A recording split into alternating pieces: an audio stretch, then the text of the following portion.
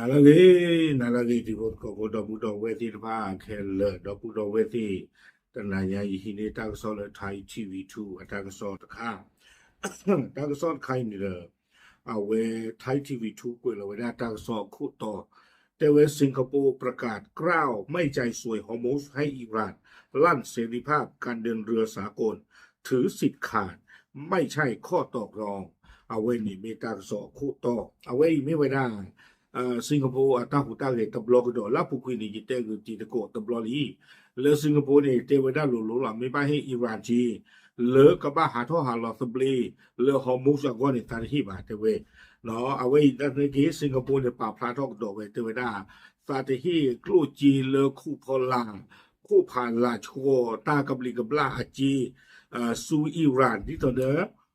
sa ka ha tho ha lo ba le hormuz go ba no Singapore ne tewada le away me wada kle de bu le kliko be de ha tho ha lo wada se no pa ko be de u do ta su ta ko mo ta ba me ta lo le pa ka ba hi ne do te ke khi o ji jai ba ta so khu to kwe wada cha cha ni no we block ni de kwe wada akwe lo wada phe ta de ni yai lo phe chi ta lui ki to kiคือกวยwada su mi yaเกมการเมืองโลกต้องเดินการดุเดือดมากขนาดประเทศเล็กๆแต่เป็นมหาอำนาจด้านการเดินเรืออย่างสิงคโปร์ยังต้องออกโรงมาฟาดอิหร่านเพื่อรักษากฎหมายน่านน้ำสากลเอาไว้นี่ไม่เวลาตากซอคู่ต่อพละเตเวดาเลยที่กอชิกโปดีตาเดสิงคโปร์เนาะเอาไว้ไม่กอชิภาษาตะกีเอาไว้อุดตาสุตากมอตุดมือle ta chi tho chi lo le po le bu me ko chi pa sa na ki do u do ata su ta ko mo du ma me ko be lo u do su ko mo awe he tho pa phla we da lo te we da le ba kha do ta me ko ba hi we da Iran a klo chi ne du pa de hi ba te we da no ba mnu ko da le awe ne ta so to ku te hi a khwe si ko le ko ba hi klo hi chi di da ke le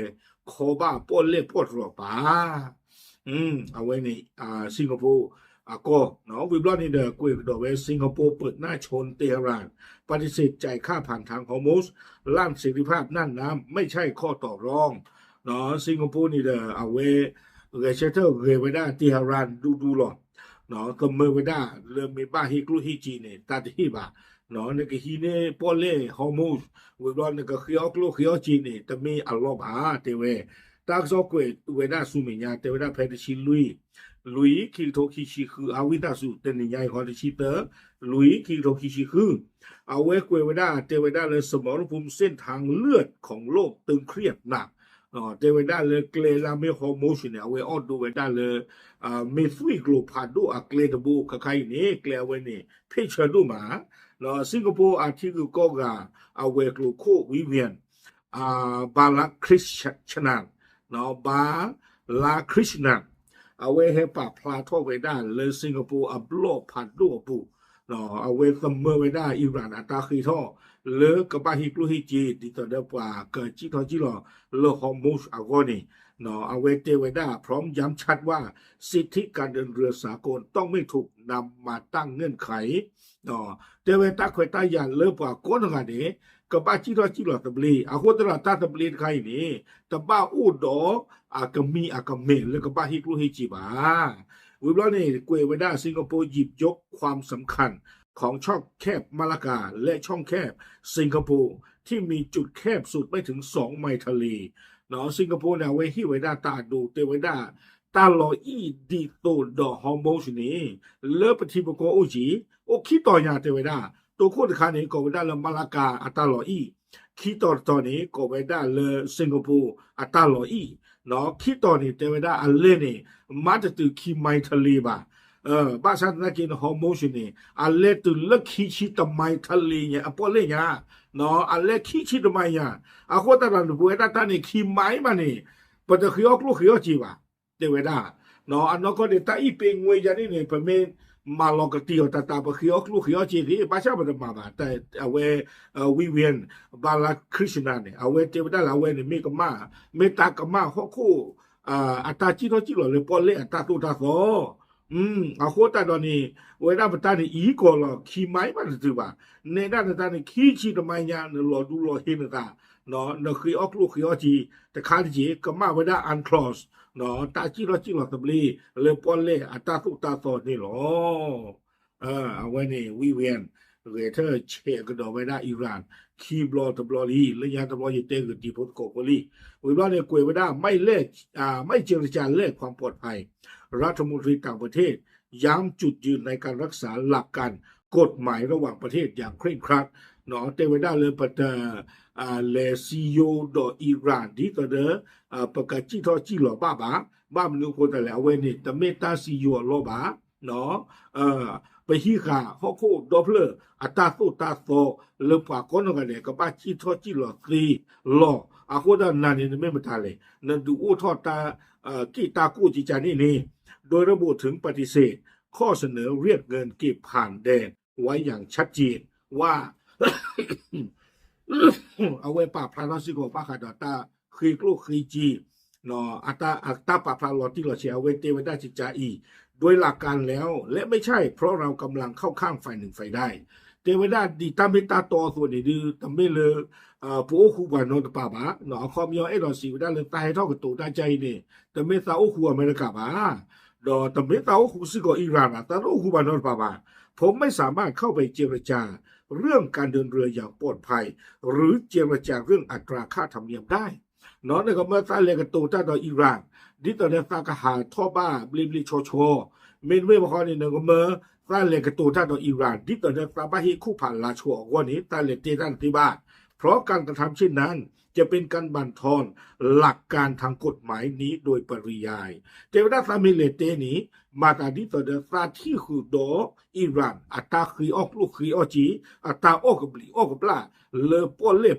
ต่ออีอปุนี่เนาะอะโคซาเตเลบาเทวดาวิบลานี่ดากวยเวดาสุเมียเสรีภาพในการเดินเรือนั้นไม่สามารถต่อรองได้มันเป็นสิทธิที่ได้รับการสนับสนุนจากขนบธรรมเนียมและกฎหมายมาหลายทศวรรษเนาะเอาไว้เทวดาเลตาตบลีเลปากกับบ้าจิรจิรเลพอเลผู้นี้นักฮีนี่นักดูโอทอตากมีตากเมจิจาอีตสีบาเนาะเกวดาโกโครมิเดอาตาเขตายาดอปาฮีคาปาโซมุโซเรเวดาเลตาจิรจิรเลพอเลกับบ้าดอตาตบลีนี้ปาฮีคาเวดาเลโมจูปาคาลีเทวดาอิหร่านสามารถเปิดช่องแคบอย่างเต็มที่และปล่อยให้ฐานทัพเรืออู่ต่อเรือและฐานยิงขีปนาวุธของตนพังทลายลงไปก็ได้อเมริกาและพันธมิตรของเราจะไม่ยอมจำนนต่อกลยุทธ์แบบโจรสลัดที่แฝงมาในรูปของอำนาจต่อรองรอเอาเวเตเวกระโดเวด้าจิจาอีนก็วอท่อฮอร์มุชอาตาลออีเลเปสีเมนไม่มาคอนี่เดนกปลาเอาไว้ด้าตากอตาเคตะไคเกียท่อผ่าดูผ่าท่อนกเมื่ออเมริกาขาเลขาลบเลกุยนตาลอตากเลสิผ่านเนี่ยกว่าเลนาลอตัดคานี่เนาะอาโคตาดอลนี่เดเลคินเนี่ยนกบ้าตูโซที่ตัวเดตำลาเลอาคิออตาเลปอเลปูจะใจอีเนี่ยว่าวิเวียนเตดันคาอัตตาผาบ้านเนาะก็เติมมานี่ก็บาตาที่ตอนนี้เกตำลาเลยคืออตาเลยพวกเลปูเจจานี่ความแข็งแกร่งจะบังคับใช้กฎความแข็งแกร่งจะบังคับใช้กฎเกณฑ์ความอ่อนแอจะเชื้อเชิญให้ผู้เก็บค่าผ่านทางเข้ามาสิงคโปร์เข้าใจเรื่องนี้ดีพวกและพวกมุลลากำลังจะได้เรียนรู้บทเรียนอันเจ็บปวดในไม่ช้าเพราะว่าเอาไว้เชไว้ได้เทวดาเลยปล่อยเลยอุดรตาฮิชูบาชูสิ้นผ้าหนีก็บ้าสูตาโซก็บ้ามาโปรเทรตาโซบ้าชนากีปล่อยเลยอาริจาบาจานีเนาะก็คือออกลูกก็คืออจีอาคูตาโดบ้าขันตาฮิตาตุดคาอีเนาะอาคอมยังไอ้ดอกไอ้คนดูไปได้เลยอิหร่านเนี่ยมาตอนนี้ตอนนี้ทำหลังหรอที่ตอนนี้ยึดเตะไปมันเกินนี้หรอกเนาะอาคูตาเอาไว้วิเวียนเตะไปได้เลยตาฮิตาใครเนี่ยไปได้สิงคโปร์เปิดนาเปอร์ออกก็โซโดหรอเนาะป่าเลยเอาพวกนั้นอันกินละคือออกลูกคืออจีหรอตัวฮิตาเอเราสิไม่ได้จิจานี่ไม่เรื่องปาลูกปาทอนี่ตำมาทอตะเกียบผูกจิจานี่บ้าเวลาเนี่ยเตกิวด้ามูลากำลังจะได้เรียนรู้ บทเรียนอันเจ็บปวดในไม่ช้าท่านในบ้านดูชานะเอาไว้โกเท่าเวลาอิหร่านมีเรื่องมูลามูลาเนี่ยก็มีเอาไว้ปว่ามุสลิมปว่ามันตาดิเลจะฉันเนี่ยคือเทวดาปว่าที่พระนี้ก็ดูนี่บ้าตามาโล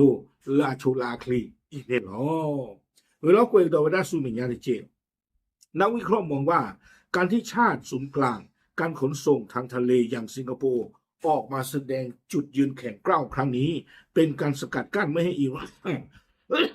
สร้างบรรทัดฐานใหม่ในการเรียกเก็บผลประโยชน์จากน่านน้ำสากลวาลาไปที่โนพาตานิเตเวดาสิงคโปร์และเอาเวเมเวดาโกตบีชิจิโกผูปาสันตนากิโดเอาเวแกโกตบีเลกบที่ผ่านโลกแค่เลยเนาะเลที่กูก็มีเห็นในกับว่าให้ครอบครัวอักติเวติฟ้าอาทิก็เมเซ็นเตอร์พัดุดค่ะเนาะสิงคโปร์เดียมีก็เลยเซ็นเตอร์พัดุดค่ะเอาเวอู้เชิดเทอร์เวดาปรีเกลอตาตะบลอใหญ่นี่อัตตาหูตาเกตบลอใหญ่ดีโซโดอิหร่านนี่อัตตุดูโอทอตาเบลอัตโตเลตากะคือออกลูกคืออจีเลปอลเลปุตะรีเนาะปอลเลเวนี่ตะเมอิหร่านตาบาเมปว่าคนงาเดียตาลออะโคตาตอนนี้อิหร่านไม่เคยออกเวลาจิจานี่หรือเมตาดูโอทอตาเบลลาตอรีเนาะสิงคโปร์เนี่ยที่ได้เต็มก่อนเนาะช่องแคบสิงคโปร์ตาลออีมาลากาอะตาลออีมาตามาตะคืออจีบาเตเวดาเนาะปะตะคืออจีนอนกะบาอะโคตาตอนนี้เตเวดาอิหร่านตาหูตาเรนไคเนาะซึ่งอาจจะลุกลามไปสู่เส้นทางเรืออื่นๆและสร้างความปั่นป่วนให้กับระบบเศรษฐกิจโลกเนาะเอาไว้ให้ตาดูเตเวดาพาอาดีอากาเมมาโปเทอิหร่านอาคีอากอมิโอเกฮอร์มุสโอบูดออิหร่านอากออิหร่านคือว่าจีแกบเวดามาลากาเนาะสิงคโปร์อะตาลออีแล้วปาจิโรก็บ่เปิ้นไม่เคยอจีจิมออะโคตาปะตะมาว่าเตเวดาปั๊มนึคนได้เปิ้นไม่มาจิจันนี่ก็ดือหาวัวเวดาฮอกูดอเพลตาจิโรปอเลอะตาเบลแล้วปาสมุโซเรเวดาลาปุกินี่หรอปะตะมาบาเตเววิบลอนี่เนกวยดอเวดาลากะเตอร์คิดว่าจะมีประเทศอื่นกล้าออกมาปฏิเสธเรื่องการจ่ายค่าผ่านทางสิงคโปร์อีกหรือไม่หรือจะยอมจ่ายเพื่อตัดปัญหา เอาไว้ดูเท่าเวลาตัดดีกว่าเตเวดาเลยเมทิโกลากัวกากูตปิเบเดียเลเอาไว้เรเชเตอร์เกลที่ตะสิงคโปร์เลตะเฮครูเฮเจซูอิหร่านบานีเมนเวว่าข้อนี้ก็ที่ฟานี่ก็เฮลอกโลฮิลอเจที่ตะพิจารณาก็กระเตอกุยไว้ได้อวอเนี่ยเอาไว้เนี่ยดูโอเราเกี่ยวได้ตาดีกว่าจานี่นี่หรอเมเตระไทยตากลใครนี่เยจะหนอมาเลยอเมริกาก็คู่เลยคือเราตามมาเจอเลย UK แล้วคือเราตามมาเจอเลยแคนาดาแล้วคือเราตามมาเจอเลยออสเตรเลียเนาะแล้วคือเราตามมาเจอเลยตรูดีแต่ก็ให้มาเจอเลยก็ออทอฮอร์มุสต่ออีปว่าแต่น่าคือโนตะกะไปเจนะอะโคตาลาที่ก็ที่ฟ้านี่เจเตนะอาตาโชโมเมเมดิตาสิงคโปร์นี่ก็บ้าเมตาโชโมดีอีเนาะปั๊มนึกคนได้เลยนะตอคูนะตะเรียนนะตะมาก็นะมาเตตานอตมีบานี่นะตะเสมอบานี่มาตาดีตอดนะหล่อเลอิหร่านเธอก็เธอจีนี่เมตาเลอโพเทสานี่หรอไปเชื่อมือละเลยที่ก็ที่ผ้าก็บ้าเชื่อเธอไว้ได้เกลดิตอดสิงคโปร์เนาะหรือที่ญาติพลโกโพเทหรอตามนี้